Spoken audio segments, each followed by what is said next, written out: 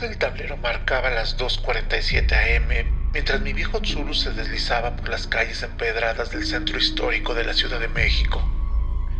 La ciudad dormía, o al menos eso quería creer. En realidad, la oscuridad de las primeras horas de la madrugada ocultaba secretos y horrores que solo los desafortunados llegaban a conocer. Yo era uno de esos desafortunados. Llevaba 10 años trabajando de taxista nocturno. Había visto y oído cosas que la mayoría de la gente no podían imaginar, pero nada me había preparado para lo que estaba a punto de experimentar.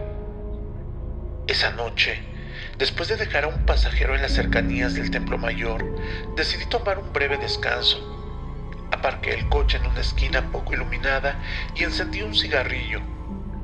El humo se mezclaba con la niebla que comenzaba a levantarse, creando formas fantasmales que danzaban alrededor del coche.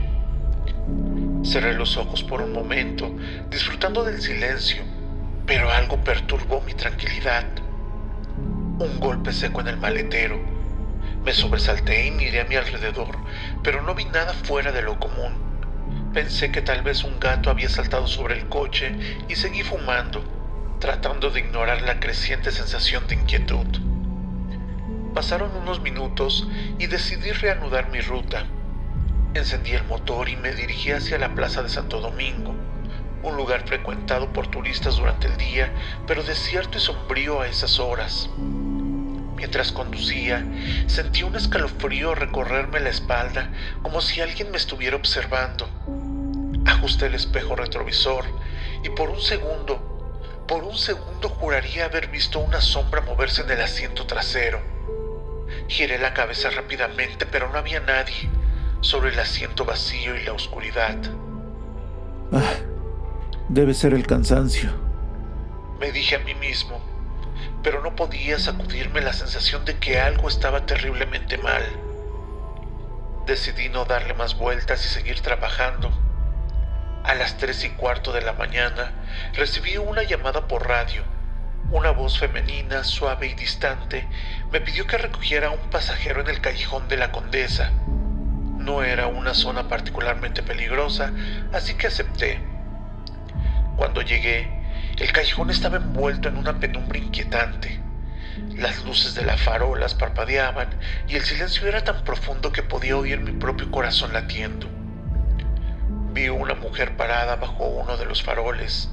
Vestía un vestido blanco antiguo que parecía fuera de lugar y de tiempo. Su piel era pálida y su cabello negro contrastaba fuertemente con la luz tenue. Ella se acercó al coche y sin decir una palabra se subió al asiento trasero. El olor a tierra húmeda llenó el coche. ¿A dónde la llevo? Pregunté, tratando de sonar calmado, pero no respondió. Solo me entregó una nota doblada. La abrí con manos temblorosas y leí la dirección: Panteón de San Fernando. Mi corazón se aceleró.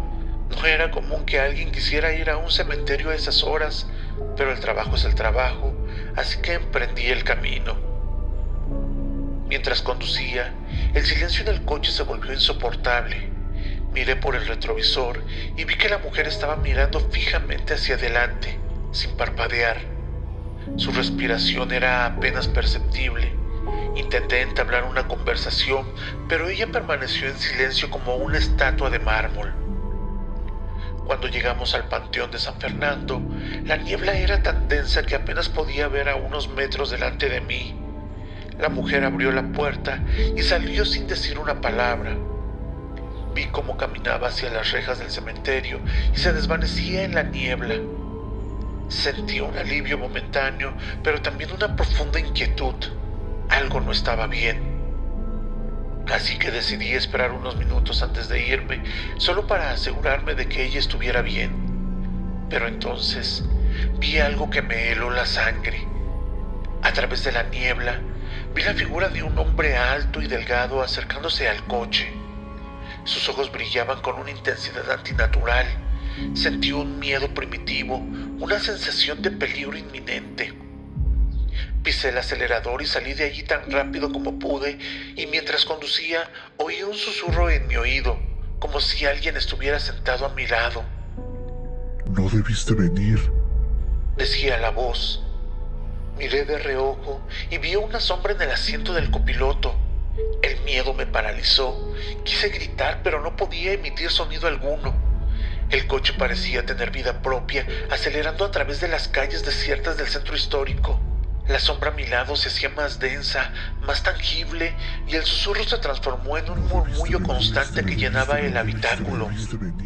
De repente, el coche se detuvo de golpe frente a un edificio abandonado. Las puertas se desbloquearon solas y la sombra desapareció tan rápido como había aparecido. Estaba empapado de sudor, con el corazón latiendo al 1000 por hora. Intenté arrancar el coche nuevamente, pero el motor no respondía. Sentí una presencia detrás de mí y giré lentamente la cabeza. Allí, en el asiento trasero, estaba la misma mujer de antes. Su rostro, ahora completamente visible bajo la luz de la luna, mostraba una expresión de tristeza y desesperación. ¿Qué quieres de mí? Logré preguntar con voz temblorosa. La mujer abrió la boca para hablar, pero no salió ningún sonido. En cambio, levantó una mano pálida y señaló hacia el edificio abandonado. Algo en su mirada me obligó a salir del coche y caminar hacia la estructura.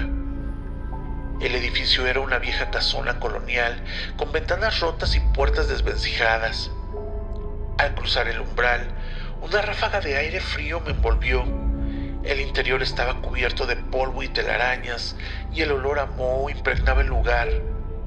Cada paso que daba resonaba en el silencio sepulcral, como si algo o alguien estuviera siguiendo mis movimientos. Llegué a una sala grande con un espejo antiguo en la pared opuesta. La luz de la luna se filtraba a través de las ventanas rotas, iluminando el espejo. Me acerqué y al mirarme en el reflejo, vi no solo mi rostro, sino también el de la mujer de pie detrás de mí. Pero no era una simple imagen, era como si ella estuviera atrapada dentro del espejo, con sus manos presionadas contra el cristal y sus ojos llenos de súplica. Libérame. Dijo finalmente, su voz resonando en mi mente más que en mis oídos. Encuentra mi cuerpo y libérame. De repente, una serie de imágenes invadieron mi mente. Un callejón oscuro, un grito ahogado y luego el panteón de nuevo. Entendí que debía regresar al cementerio, que su cuerpo estaba ahí, esperando ser encontrado.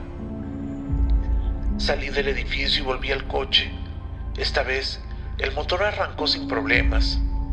Conduje de vuelta al panteón de San Fernando, sintiendo una urgencia que no podía explicar.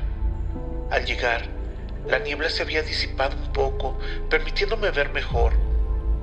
Caminé entre las tumbas siguiendo un impulso que parecía guiarme. Cuando finalmente llegué a una tumba olvidada, cubierta de maleza, el nombre de la lápida estaba desgastado por el tiempo, pero con esfuerzo logré leerlo. Decía Isabel Martínez, 1892-1918. Sentí una conexión instantánea, como si una parte de mí supiera que había encontrado lo que buscaba. Con manos temblorosas comencé a retirar la maleza y limpiar la lápida, y al hacerlo, una extraña calma me invadió. De repente, sentí una presencia a mi lado. Era Isabel, pero esta vez su rostro mostraba gratitud en lugar de desesperación. Gracias. Dijo suavemente. Ahora puedo descansar. Antes que pudiera responder, la figura de Isabel se desvaneció lentamente, como una bruma disipándose con el amanecer. Sentí un alivio profundo, como si un peso enorme hubiera sido levantado de mis hombros. Regresé al coche y al entrar me di cuenta de que el olor a tierra húmeda había desaparecido.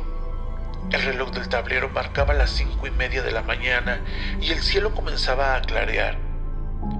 Conduje de vuelta a la ciudad, sintiendo que había sido testigo de algo más allá de la comprensión humana. Desde esa noche, mi vida cambió. Dejé de trabajar como taxista nocturno y busqué un empleo diurno, aunque las sombras y los susurros todavía acechan mis recuerdos. Sé que hice lo correcto al ayudar a Isabel. La Ciudad de México sigue siendo un lugar lleno de misterios, y aunque algunos prefieren ignorarlos, yo sé que a veces esos misterios buscan a alguien que los libere.